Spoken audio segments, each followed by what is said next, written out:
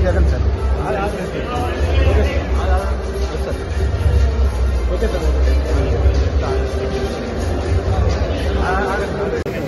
ఈరోజు 100 రోజులైన పూర్తి సందర్భంగా ముఖ్యమంత్రి గారు బీజేపీ అధ్యక్షురాలు పురంధేశ్వరి గారు, మా రాష్ట్ర అధ్యక్షులు శ్రీనివాస్ గారు వారి సందేశం స్ఫూర్తి వచ్చింది. అలాగే ఈరోజు ప్రజల దగ్గర ఈ 100 రోజుల పరిపాలన అమలు చేసే పథకాల మీద మా గౌరవం పెరిగింది. ఈరోజు పార్లమెంట్ సభ్యులుగా మేము అవ్వచ్చు, మంత్రులుగా మా మిత్రులు అవ్వచ్చు, శాసనసభ్యులు అవ్వచ్చు, మా అందరూ కూడా ఈరోజు చంద్రబాబు నాయుడు గారి నాయకత్వంలో ఎన్డీఏ కూటమి ప్రభుత్వం పరిపాలన సంతృప్తి ఇచ్చింది.